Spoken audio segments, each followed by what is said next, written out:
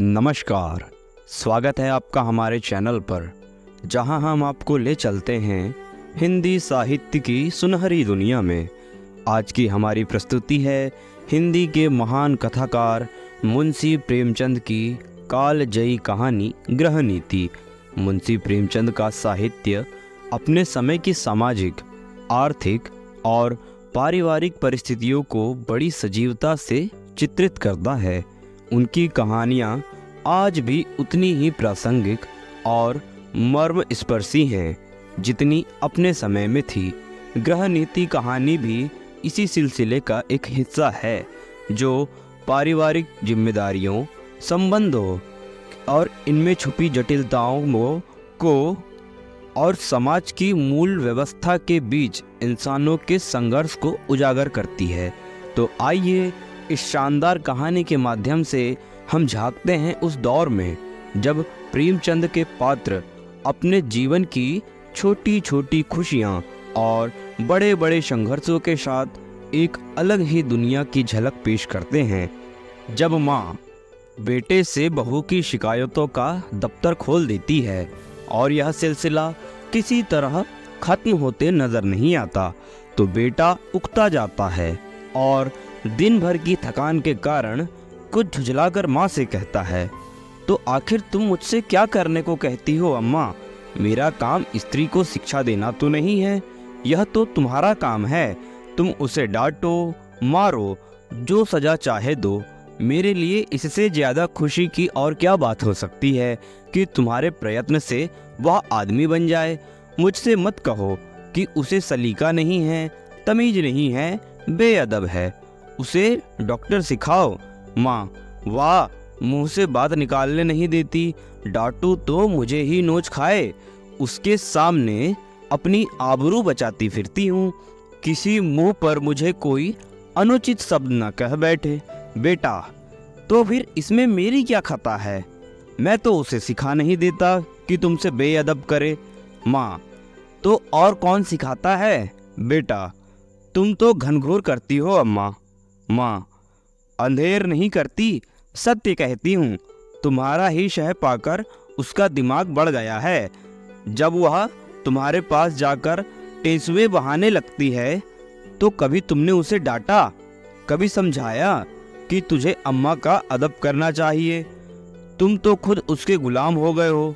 वह भी समझती है कि मेरा पति कमाता है, फिर मैं क्यों ना रानी बनूं, क्यों किसी से दबूं? मर्द जब तक शह ना दे, औरत का इतना गुर्दा हो ही नहीं सकता। बेटा, तो क्या मैं उससे कह दूं कि मैं कुछ नहीं कमाता, बिल्कुल निखट्टू हूँ? क्या तुम समझती हो वह मुझे जलील ना समझेगी? हर एक पुरुष चाहता है कि उसकी स्त्री उसे कमाऊ, योग्य, तेजस्वी समझे, और सामान्यतः वह जितना है उससे बढ़कर अपने को दिखाता है। मैंने कभी नादानी नहीं की, कभी स्त्री के सामने डींग नहीं मारी, लेकिन स्त्री की दृष्टि में अपना सम्मान खोना तो कोई भी ना चाहेगा। माँ, तुम कान लगाकर ध्यान देकर और मीठी मुस्कुराहट के साथ उसकी बातें सुनोगे तो क्या वह शेर होना होगी? तुम खुद चाहते हो कि स्त्री के हाथों मेरा अपमान कराओ। मालूम नहीं मेरे किन पापों को तुम मुझे यह दंड दे रहे हो, किन अरमानों से मैंने कैसे कैसे कष्ट झेलकर तुम्हें पाला। खुद नहीं पहना, तुम्हें पहनाया, खुद नहीं खाया पर तुम्हें खिलाया। मेरे लिए तुम उसे मरने वाले की आखिरी निशानी थे और मेरी सारी अभिलाषाओं का केंद्र। तुम्हारी शिक्षा पर मैंने अपने हजारों आभूषण होम कर दिए। विधवा के पास दूसरी और कौन सी निधि थी, इसका तुम मुझे यह पुरस्कार दे रहे हो? बेटा, मेरी समझ में यह नहीं आता कि आप मुझसे चाहती क्या हैं। आपके उपकारों को मैं कब मेट सकता हूँ? आपने मुझे शिक्षा ही नहीं दिलाई, मुझे जीवन दान दिया, मेरी सृष्टि की। आपने गहने ही होम नहीं किए, अपना रक्त तक पिलाया। अगर मैं 100 बार भी अवतार लूँ तो इसका बदला नहीं चुका सकता। मैं अपनी जान से आपकी इच्छा के विरुद्ध कोई काम नहीं करता। यथाशाद है, आपकी सेवा में कोई बात उठा नहीं रखता। जो कुछ पाता हूँ लाकर आपके हाथों में रख देता हूँ। और मुझसे क्या चाहती है और मैं क्या ही कर सकता हूँ। ईश्वर ने हमें तथा आपको सारे संसार को पैदा किया, उसका हम उसे क्या बदला दे सकते हैं? क्या बदला दे सकते हैं? उसका नाम भी तो नहीं लेते, उसका यश भी तो नहीं गाते। इससे क्या उसके उपकारी का भार कुछ कम हो जाता है? माँ के बलिदानों का प्रतिशोध कोई बेटा कर नहीं सकता, चाहे वह भूमंडल का स्वामी ही क्यों ना हो। ज़्यादा से ज़्यादा मैं आपकी दिलजोई ही तो कर सकता हूँ, और मुझे याद नहीं आता कि मैंने कभी आपको असंतुष्ट किया हो। माँ, तुम मेरी दिलजोई करते हो। तुम्हारे घर में मैं इस तरह रहती हूँ जैसे कोई लौंडी। तुम्हारी बीवी कभी मेरी बात ही नहीं पूछती। मैं भी कभी बहू थी, रात को घंटे भर सास की देह दबाकर, उनके सिर में तेल डालकर, उन्हें दूध पिलाकर तब बिस्तर पर जाती थी। तुम्हारी स्त्री 9 बजे अपनी किताबें लेकर अपनी सहनीची में जा बैठती, दोनों खिड़कियां खोल देती और मजे से हवा खाती। मैं मरूं या जीऊं उसे कोई मतलब ही नहीं, इसीलिए पाला था। बेटा, तुमने मुझे पाला था तो यह सारी सेवा मुझसे लेनी चाहिए थी, मगर तुमने मुझसे कभी कहा नहीं। मेरे अन्य मित्र भी हैं, उनमें भी मैं किसी को माँ की देह में मुक्तियाँ लगाते नहीं देखता। आप मेरे कर्तव्य का भार मेरी स्त्री पर क्यों डालती हैं? यो ना, अगर वह आपकी सेवा करे तो मुझसे ज़्यादा प्रसन्न और कोई ना होगा। मेरी आंखों में उसकी इज्जत दुगनी हो जाएगी, शायद उससे और ज़्यादा प्रेम करने लगूं। लेकिन अगर वह आपकी सेवा नहीं करती तो आपको उससे अप्रसन्न होने का कोई कारण नहीं है। शायद उसकी जगह मैं होता तो मैं भी ऐसा कर सकता। सास मुझे अपनी लड़की की तरह प्यार करती तो मैं उसके तलवे सहलाता, इसलिए नहीं कि वह मेरे पति की माँ होती, बल्कि इसलिए कि वह मुझे मातृत्व स्नेह करती। मगर मुझे खुद यह बुरा लगता है कि बहू सास के पांव दबाए। कुछ दिन पहले स्त्रियां पति के पांव दबाती थी, आज भी उस प्रथा का लोप हुआ नहीं है। लेकिन मेरी पत्नी मेरे पांव दबाए तो मुझे ग्लानि होगी। मैं उससे कोई भी ऐसी खिदमत नहीं लेना चाहता जो मैं उसकी भी ना कर सकूं। यह रस्म उस जमाने की यादगार है जब स्त्री पति की लौंडी समझी जाती थी। अब पत्नी और पति दोनों बराबर हैं, कम से कम मैं ऐसा ही समझता हूँ। माँ, तो मैं कहती हूँ कि तुम्ही ने उसे ऐसी ऐसी बातें पढ़ाकर शेर बना दिया है। तुम मुझसे बैर साध रहे हो। ऐसी निर्लज्ज, ऐसी बदनाम, ऐसी टर्री फुहड़ छोकरी संसार में ना होगी। घर में अक्सर मोहल्ले की बहनें मिलने आती हैं। यह राजा की बेटी न जाने किन गवारों में पली है कि किसी का भी आदर सत्कार नहीं करती, कमरे से निकलती तक नहीं। कभी कभी जब वे खुद उसके कमरे में चली जाती हैं तो भी यह गधी चारपाई से नहीं उठती, प्रणाम तक नहीं करती। चरण छूना तो बहुत दूर की बात है। बेटा, वह देवियाँ तुमसे मिलने आती होंगी, तुम्हारे और उनके बीच में न जाने क्या क्या बातें होती हों। अगर तुम्हारी बहू बीच में आ कूदे तो मैं उसे बदतमीज कहूँगा। कम से कम मैं तो कभी पसंद ना करूँगा कि जब तक मैं अपने मित्रों से बातें कर रहा हूँ तो तुम या तुम्हारी बहू वहाँ जाकर खड़ी हो जाए। स्त्री भी अपनी सहेलियों के साथ बैठी हो तो मैं वहाँ बिना बुलाए ना जाऊँगा। यह तो आजकल का शिष्टाचार है। माँ, तुम तो हर बात में उसी का पक्ष करते हो बेटा। न जाने उसने कौन सी जड़ी सुंघा दी है तुम्हें। कौन कहता है कि हम लोगों के बीच में आ कूदें, लेकिन बड़ों का भी तो कुछ आदर सत्कार करना चाहिए। बेटा, किस तरह? माँ, आकर चंचल से उनके चरण छुए, प्रणाम करे, पान खिलाए, पंखा जले, इन्हीं बातों से बहू का आदर होता है। लोग उसकी प्रशंसा करते हैं, नहीं तो सब की सब यही कहती होंगी कि बहू को घमंड हो गया है, किसी के सीधे मुंह बात नहीं करती। बेटा, थोड़ा विचार करके, हाँ, यह अवश्य उसका दोष है, मैं उसे समझा दूंगा। माँ प्रसन्न होकर, तुमसे सच कहती हूँ बेटा, चारपाई से उठती तक नहीं। सभी औरतें घुड़ी घुड़ी करती हैं, मगर उसे तो जैसे शर्म छू ही नहीं गई, और मैं हूँ कि मारे शर्म से मरी जाती हूँ।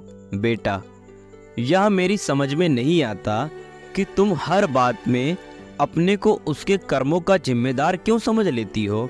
मुझ पर दफ्तर में न जाने कितनी घुड़कियाँ पड़ती हैं, रोज ही तो जवाब तलब होता है, लेकिन तुम्हें उल्टे मेरे साथ ही सहानुभूति होती है। क्या तुम समझती हो अफसरों को मुझसे कोई बैर है, जो अनायास ही मेरे पीछे पड़े रहते हैं, या उन्हें उन्माद हो गया है, जो मुझे आकरण ही काटने दौड़ने लगते हैं? नहीं, इसका यह कारण नहीं है कि मैं अपने काम में चौकस नहीं हूँ। गलतियाँ करता हूँ, सुस्ती करता हूँ या लापरवाही करता हूँ। जहाँ अफसर सामने से हटा कि लगे समाचार पत्र पढ़ने या ताश खेलने, क्या उस वक्त हमें यह ख्याल नहीं रहता कि काम पड़ा हुआ है और यह साहब डॉट ही तो बताएंगे, सिर झुकाकर सुन लेंगे, बाधा टल जाएगी, पर ताश खेलने का अवसर नहीं। लेकिन कौन परवाह करता है? सोचते हैं कि तुम मुझे दोषी समझकर भी मेरा पक्ष लेती हो। तुम्हारा बस चले तो हमारे बड़े बाबू को मुझसे जवाब तलब करने में, अभियोग में काले पानी भेज दें। माँ खिलकर, मेरे लड़के को कोई सजा देगा तो क्या मैं पान फूल से उसकी पूजा करूँगी? बेटा, हर एक बेटा अपनी माता से इसी तरह की कृपा की आशा रखता है, और सभी माताएं अपने लड़कों को ऐंठों पर पर्दा डालती है। फिर बहुओं की ओर से क्यों उनका हृदय इतना कठोर हो जाता है, यह मेरी समझ में नहीं आता। तुम्हारी बहू जब दूसरी स्त्रियां चोट करे, तुम्हारे मात्र स्नेह का यह धर्म है कि तुम उसकी तरफ से क्षमा मांगो, कोई बहाना कर दो, उसकी नज़रों में उसे उठाने की चेष्टा करो। इस तिरस्कार में तुम क्यों उसे सहयोग करती हो? तुम्हें क्यों उसके अपमान में मज़ा आता है? मैं भी तो हर एक ब्राह्मण या बड़े बूढ़े का आदर सत्कार नहीं करता। मैं किसी ऐसे व्यक्ति के सामने सिर झुका ही नहीं सकता जिसने मुझे हार्दिक श्रद्धा ना हो। केवल सफ़ेद बाल, सिकड़ी हुई खाल, पोपला मुंह और झुकी हुई कमर किसी को आदर का पात्र नहीं बना देती, और ना जनेऊ या तिलक या पंडित और शर्मा की उपाधि ही भक्ति की वस्तु है। मैं लकीर पिट्टू समान को नैतिक अपराध समझता हूँ। मैं तो उसी का सम्मान करूँगा जो मानसा, वाचा, कर्मणा और पहलू से सम्मान के योग्य है, जिसे मैं जानता हूँ कि मक्कारी, स्वार्थ साधन और निंदा के सिवा और कुछ नहीं करता, जिसे मैं जानता हूँ कि रिश्वत और सूद का खुदामत की कमाई खाता है। वह अगर ब्रह्मा की आयु से लेकर भी मेरे सामने आए तो मैं उसे सलाम ना करूं। इसे तुम मेरा अहंकार कह सकती हो, लेकिन मैं मजबूर हूँ। जब तक मेरा दिल ना झुके, मेरा सिर भी ना झुकेगा। मुमकिन है कि तुम्हारी बहू के मन में भी उन देवियों की ओर से अश्रद्धा के भाव हों। उनमें से दो चार को मैं जानता भी हूँ। हैं वे सब बड़े घर की, लेकिन सबके दिल छोटे, विचार छोटे। कोई निंदा की पुतली है तो कोई खुदामत के युक्त, कोई गाली गलौज में अनुपम। सभी रूढ़ियों की गुलाम, ईर्ष्या द्वेष से जलने वाली, एक भी ऐसी नहीं जिसने अपने घर को नरक का नमूना न बना रखा हो। अगर तुम्हारी बहू ऐसी औरतों के सामने सिर नहीं झुकाती तो मैं उसे दोषी नहीं समझता। माँ, अच्छा अब चुप रहो बेटा। देख लेना तुम्हारी यह रानी एक दिन तुमसे चूल्हा न जलवाए और झाड़ू न लगवाए तो सही। औरतों को बहुत सिर चढ़ाना अच्छा नहीं होता। इस निर्लज्जा का भी कोई हद होता है कि बूढ़ी सास को खाना पकाए और जवान बहू बैठी उपन्यास पढ़ती रहे। बेटा, बेशक यह बुरी बात है और मैं हरगिज नहीं चाहता कि तुम खाना पकाओ और वह उपन्यास पढ़े, चाहे वह उपन्यास प्रेमचंद जी का ही क्यों ना हो। लेकिन यह भी तो देखना होगा कि उसने अपने घर में कभी खाना नहीं पकाया। वहाँ रसोइया महाराज है, और जब चूल्हों के सामने जाने से उसके सिर में दर्द होने लगता है तो उसे खाना पकाने के लिए मजबूर करना, उस पर अत्याचार करना है। मैं तो समझता हूँ ज्यों-ज्यों हमारे घर की दशा का उसे ज्ञान होगा, उसके व्यवहार में आप ही आप इश्कताह होती जाएगी। यह उसके घर वालों की गलती है कि उन्होंने उसकी शादी किसी धनी घर में नहीं की। हमने भी यह शरारत की कि अपनी असली हालत उनसे छुपाई और यह प्रकट किया कि हम पुराने रईस हैं। अब हम किस मुंह से यह कह सकते हैं कि तू खाना पका या बर्तन मांज अथवा झाड़ू लगा। हमने उन लोगों से छल किया है, उसका फल हमें चखना पड़ेगा। अब तो हमारी कुशल इसी में है कि अपनी दुर्दशा को नम्रता, विनय और सहानुभूति से ढकें और उसे अपने दिल को यह तसल्ली देने का अवसर दें कि बला से धन नहीं मिला, घर के आदमी तो अच्छे मिले। अगर यह तसल्ली भी हमने उससे छीन ली तो तुम ही सोचो उसकी कितनी विदारक वेदना होगी। शायद वह हम लोगों की सूरत से भी घृणा करने लगे। माँ, उसके घर वालों को 100 दफे गरज थी तब हमारे यहाँ ब्याह किया। हम कुछ उनसे भीख मांगने गए थे। बेटा, उनको अगर लड़के की गरज थी तो हमें धन और कन्या दोनों की गरज थी। माँ, यहाँ के बड़े बड़े रईस हमसे नाता करने को मुंह फुलाए हुए थे बेटा, इसलिए कि हमने रईसों का स्वांग बना रखा है। घर की असली हालत खुल जाए तो कोई बात भी ना पूछे। माँ, तो तुम्हारे ससुराल वाले ऐसे कहाँ के रईस हैं? इधर जरा वकालत चल गई तो रईस हो गए, नहीं तो तुम्हारे ससुर के बाप मेरे सामने चपरासीगिरी करते थे। और तुम्हारी लड़की का यह दिमाग कि खाना पकाने से सिर में दर्द होता है।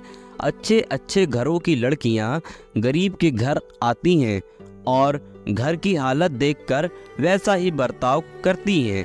यह नहीं कि बेटी अपने भाग्य को कोसा और छोकरी ने हमारे घर को अपना समझा ही नहीं। बेटा, जब तुम समझने भी दो, जिस घर में घुड़कियों, गालियों और कटुताओं के सिवा और कुछ ना मिले, उसे अपना घर कौन समझे? घर तो है जहाँ स्नेह और प्यार मिले। कोई लड़की डोली से उतरते ही सास को अपनी माँ नहीं समझती। माँ तभी समझेगी जब सास उसके साथ माँ का सा बर्ताव करे, बल्कि अपनी लड़की से ज्यादा प्रिय समझे। माँ, अच्छा अब चुप रहो, जी न जलाओ। यह जमाना ऐसा ही है कि लड़कों ने स्त्री का मुंह देखा और उसके गुलाम हुए। ये सब न जाने कौन सा मंत्र सीख कर आती है। यह बहू बेटी के लांछन है कि पहर दिन चढ़े सोकर उठे। ऐसी कुलक्षणी बहू का तो मुंह भी न देखे। बेटा, मैं भी तो देर से सोकर उठता हूँ अम्मा, मुझे तो तुम कभी नहीं कोसा। माँ, तुम हर बात में उससे अपनी बराबरी करते हो। बेटा, यह उसके साथ घोर अन्याय है, क्योंकि जब तक वह इस घर को अपना नहीं समझती तब तक उसकी हैसियत मेहमान की है, और मेहमान की हम खातिर करते हैं, उसे ऐब नहीं दिखाते। माँ, ईश्वर न करे कि किसी को ऐसी बहू मिले। बेटा, तो वह तुम्हारे घर में रह चुकी। माँ, क्या संसार में औरतों की कमी है? बेटा, औरतों की कमी तो नहीं, मगर देवियों की कमी जरूर है। माँ, नौज ऐसी औरत सोने लगती है तो बच्चा चाहे रोते रोते बेदम हो जाए, निकलती तक नहीं। फूल सा बच्चा लेकर मैके गई थी, 3 महीने में लौटी तो बच्चा आधा भी नहीं। बेटा, तो क्या मैं यह मान लूं कि तुम्हें उसके लड़के से जितना प्रेम है उतना उसे नहीं? यह तो प्रकृति के नियम के विरुद्ध है। और मान लो वह निर्मोहिनी ही है, तो क्या यह उसका दोष है? तुम क्यों उसकी जिम्मेदारी अपने सिर लेती हो? उसे पूरी स्वतंत्रता है, जैसे चाहे अपने बच्चे को पाले। अगर वह तुमसे कोई सलाह पूछे, प्रसन्न मुख से दे दो, ना पूछे तो समझ लो कि तुम्हारी मदद की ज़रूरत नहीं है। सभी माताएं अपने बच्चों को प्यार करती हैं और वह अपवाद नहीं हो सकती। माँ, तो मैं सब कुछ देखूं, मुंह ना खोलूं, घर में आग लगते देखूं और चुपचाप ही कालिक लगाए खड़ी रहूं? बेटा, तुम इस घर को जल्द छोड़ने वाली हो, उसे बहुत दिन रहना है। घर की हानि लाभ की जितनी चिंता उसे हो सकती है, तुम्हें नहीं हो सकती। फिर मैं कर ही क्या सकता हूँ? ज़्यादा से ज़्यादा उसे डांट बता सकता हूँ, लेकिन वह डांट की परवाह ना करे और तुर्की बतुर्की जवाब दे। तो मेरे पास ऐसा कौन सा साधन है जिससे मैं उसे ताड़ना दे सकूं? माँ, तुम 2 दिन ना बोलो तो देवता सीधे हो जाएं, सामने नाक रगड़ें। बेटा, मुझे इसका विश्वास नहीं है। मैं उससे ना बोलूँगा, वह भी मुझसे ना बोलेगी। ज़्यादा पीछे पड़ूंगा तो अपने घर चली जाएगी। माँ, ईश्वर यह दिन लाए मैं तुम्हारे लिए एक नई बहू लाऊं। बेटा, संभव है इसकी भी चची हो। सहसा बहू आकर खड़ी हो जाती है।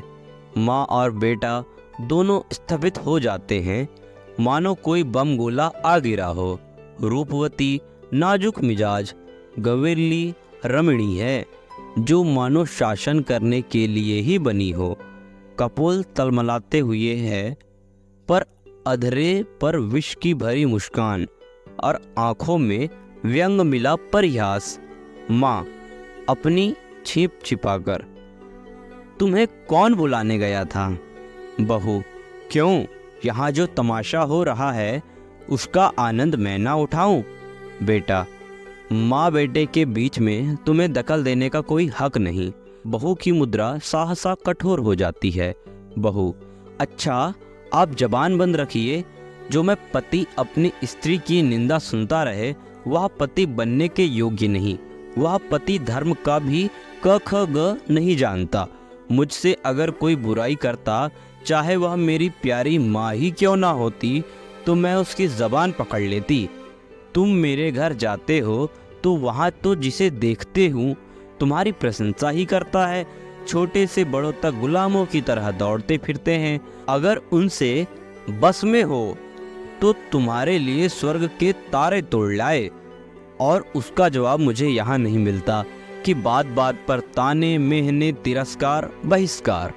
मेरे घर तो तुमसे कोई ऐसी नहीं कहता कि तुम देर में क्यों उठे, तुमने अमुक महोदय को सलाम नहीं किया, अमुक के चरणों पर सिर क्यों नहीं पटका। मेरे बाबूजी कभी गवारा न करेंगे कि तुम उनकी देह पर मुक्कियां लगाओ या उनकी धोती धो या उन्हें खाना पकाकर खिलाओ। मेरे साथ यहाँ यह बर्ताव क्यों? मैं यहाँ लौंडी बनकर नहीं आई हूँ, तुम्हारी जीवन संगिनी बनकर आई हूँ। मगर जीवन संगिनी का यह अर्थ तो नहीं कि तुम मेरे ऊपर सवार होकर मुझे जलाओ। यह मेरा काम है कि जिस तरह चाहूँ तुम्हारे साथ अपने कर्तव्यों का पालन करूँ। उसकी प्रेरणा मेरी आत्मा से बंधी होनी चाहिए, ताड़ना या तिरस्कार से नहीं। अगर कोई मुझे कुछ सिखाना चाहता है तो माँ की तरह प्रेम से सिखाए, मैं सीखूंगी। लेकिन कोई ज़बरदस्ती मेरी छाती पर चढ़कर अमृत भी मेरे कंठ में ठूसना चाहे तो मैं ओंठ बंद कर लूँगी। मैं अब कब की इसी घर को अपना घर समझ चुकी हूँ, अपनी सेवा और कर्तव्य का निश्चय कर चुकी हूँ। मगर यहाँ तो हर घड़ी हर पल मेरी देह में सुई चुभाकर मुझे याद दिलाया जाता है कि तू इस घर की लौंडी है। तेरा इस घर से कोई नाता नहीं, तू सिर्फ गुलामी करने के लिए यहाँ लाई गई। और मेरा खून खौल कर रह जाता है। अगर यही हाल रहा तो एक दिन तुम मेरी जान लेकर रहोगे। माँ, सुन रहे हो अपनी चहेती रानी की बातें? वह यहाँ लौंडी बनकर नहीं, रानी बनकर आई है। हम दोनों की टहल करने के लिए है। उसका काम हमारे ऊपर शासन करना है। उसे कोई कुछ काम करने को कहे, मैं खुद मना करूं। मैं तुम उसकी बातें कान लगाकर सुनते हो। तुम्हारा मुंह भी नहीं खुलता कि उसे डांटो या समझाओ। थर थर कांपते रहते हो बेटा। अच्छा अम्मा, ठंडे दिल से सोचो, मैं इसकी बातें ना सुनूं तो कौन सुने? क्या तुम इसके साथ हमदर्दी भी नहीं देखना चाहती? आखिर बाबूजी जीवित थे तब वह तुम्हारी बातें सुनते थे या नहीं? तुम्हें प्यार करते थे या नहीं? फिर मैं अपनी बीवी की बातें सुनता हूँ तो कौन सी नई बात करता हूँ, और इसमें तुम्हारे बुरा मानने सी कौन सी बात है? माँ, हाय बेटा, तुम अपनी स्त्री के सामने मेरा अपमान कर रहे हो। इसी दिन के लिए मैंने तुम्हें पाल पोस कर बड़ा किया था। क्यों मेरी छाती फट नहीं जाती?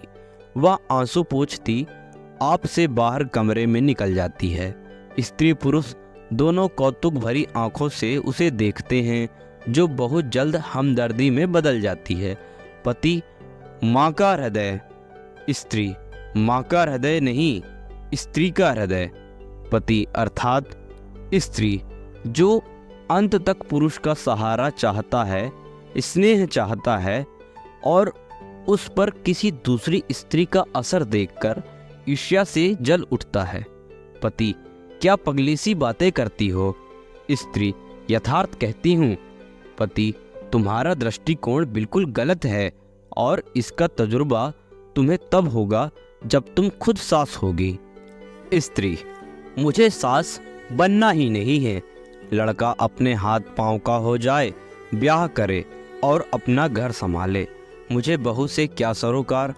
पति, तुम्हें यह अरमान बिल्कुल नहीं है कि तुम्हारा लड़का योग्य हो, तुम्हारी बहू लक्ष्मी हो और दोनों का जीवन सुख से कटे। स्त्री, क्या मैं माँ नहीं हूँ? पति, माँ और सास में क्या कोई अंतर है? स्त्री, उतना ही जितना जमीन और आसमान में है। माँ प्यार करती है, सास शासन करती है। कितनी ही दयालु, सहनशील, सतोगुणी स्त्री हो, सास बनते ही मानो ब्याही हुई गाय हो जाती है। जिसे पुत्र से जितना ही ज़्यादा प्रेम है, वह बहू से उतनी ही निर्दयता से शासन करती है। मुझे भी अपने ऊपर विश्वास नहीं है। अधिकार पाकर किसे मद नहीं हो जाता। मैंने तय कर लिया है, सास बनूंगी ही नहीं। औरत की गुलामी सांसों के बल पर कायम है। जिस दिन सांसें ना रहेगी, औरत की गुलामी का अंत हो जाएगा। पति, मेरा ख्याल है कि तुम जरा भी सहज बुद्धि से काम लो तो तुम अम्मा पर भी शासन कर सकती हो। तुमने हमारी बातें कुछ सुनी? स्त्री, बिना सुने ही मैंने समझ लिया कि क्या बातें हो रही होंगी। वही बहू का रोना। पति, नहीं नहीं, तुमने बिल्कुल गलत समझा। अम्मा के मिजाज में आज मैंने विस्मयकारी अंतर देखा, बिल्कुल अभूतपूर्व। आज वह जैसे अपने कटुताओं पर लज्जित हो रही थी। हाँ, प्रत्यक्ष रूप से नहीं, संकेत रूप से। अब तक वह तुमसे इसलिए नाराज रहती थी कि तुम देर से उठती हो। अब शायद उसे यह चिंता हो रही कि कहीं सवेरे उठने से तुम्हें ठंड ना लग जाए। तुम्हारे लिए गर्म पानी करने को कह रही थी। स्त्री प्रसन्न होकर, सच? पति, हाँ, मुझे तो सुनकर आश्चर्य हुआ। स्त्री, तो अब मैं मुंह अंधेर उठूंगी, ऐसी ठंड का क्या लग जाएगी। लेकिन तुम मुझे चकमा तो नहीं दे रहे हो? पति, अब इस बदगुमानी का क्या इलाज। आदमी को कभी कभी अपने अन्याय पर खेद तो होता ही है। स्त्री, तुम्हारे मुंह में घी शक्कर। अब मैं गर्जम उठूंगी। वह बेचारी मेरे लिए क्यों पानी गर्म करेगी, मैं खुद गर्म कर लूंगी।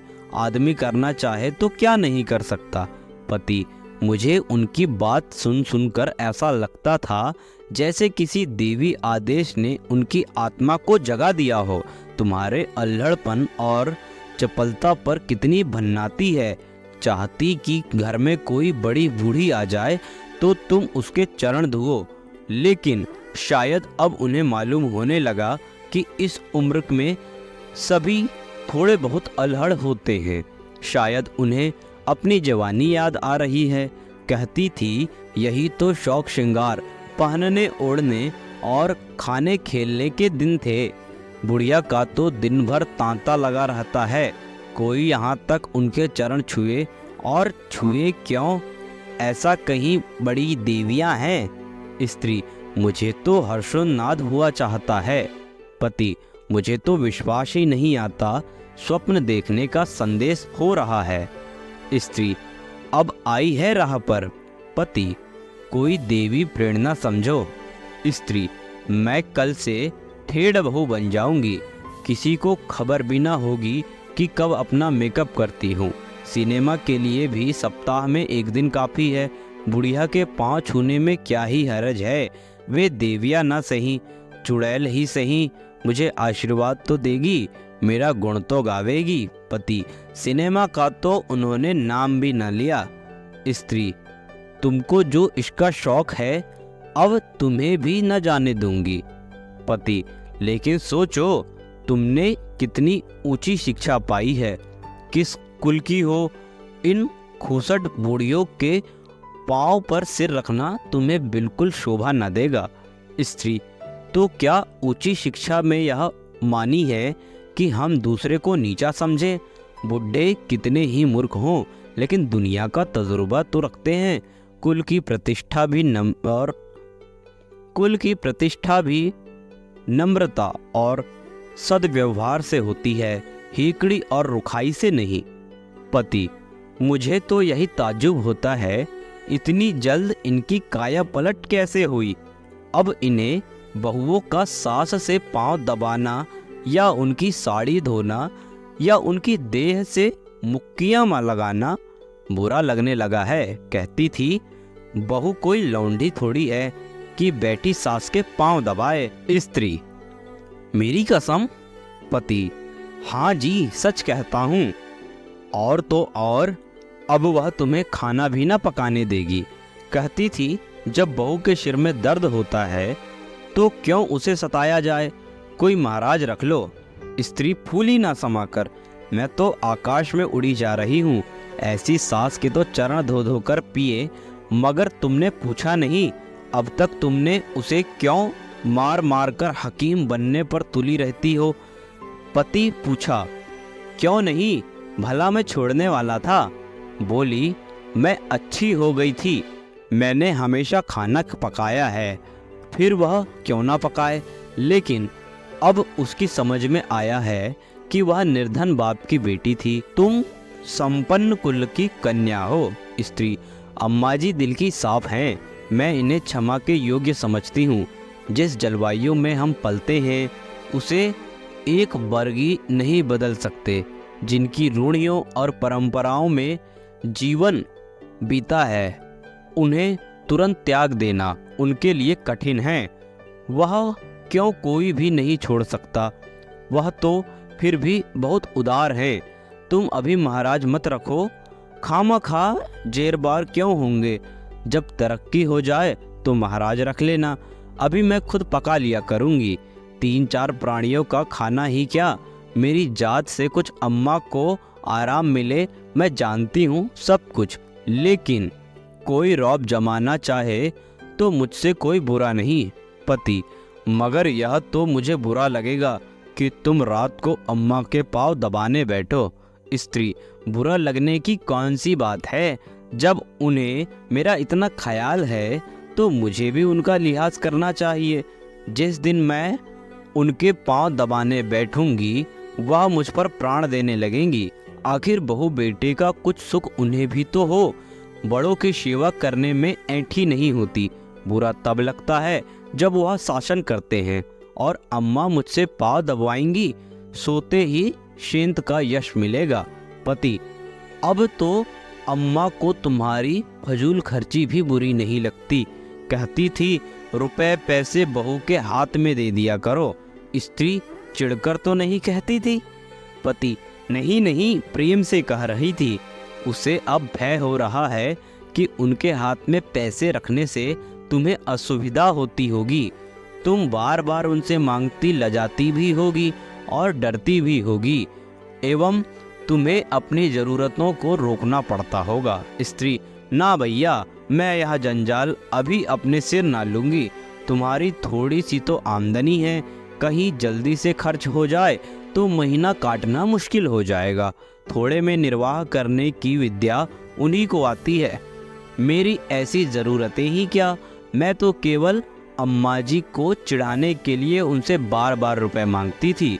मेरे पास तो खुद 150 रुपए पड़े रहते हैं। बाबूजी का पत्र आता है तो उनमें 10-20 का नोट जरूर होते हैं, लेकिन अब मुझे हाथ रोकना पड़ेगा। आखिर बाबूजी कब तक देते चले जाएंगे? और यह कौन सी अच्छी बात है कि मैं हमेशा उन पर टैक्स लगाती रहूं। पति, देख लेना अम्मा तुम्हें कितना प्यार करती है। स्त्री, तुम भी देख लेना मैं उनकी कितनी सेवा करूंगी। पति, मगर शुरू तो उन्होंने किया। स्त्री, केवल विचार में, व्यवहार में आरंभ मेरी ही ओर से होगा। भोजन पकाने का समय आ गया, चलती हूँ। आज कोई खास चीज तो नहीं खाओगे? पति, तुम्हारे हाथों की रूखी रोटियां भी पकवान का मजा देंगी। स्त्री, अब तुम नटखटी करने लगे। जी हाँ दोस्तों, यह थी कहानी मुंशी प्रेमचंद जी की। यह कहानी समाज के पारिवारिक संबंधों को बहुत ही स्थायी और स्पष्ट रूप से दर्शाती है। अगर आपको हमारी यह कहानी पसंद आई तो कृपया हमारे चैनल को सब्सक्राइब करें। हमारी कहानी अपने दोस्तों के साथ ज़रूर साझा करें। मिलते हैं आपसे अगले दिन अगली नई कहानी के साथ। जब तक के लिए हमें इजाज़त दीजिए। नमस्कार।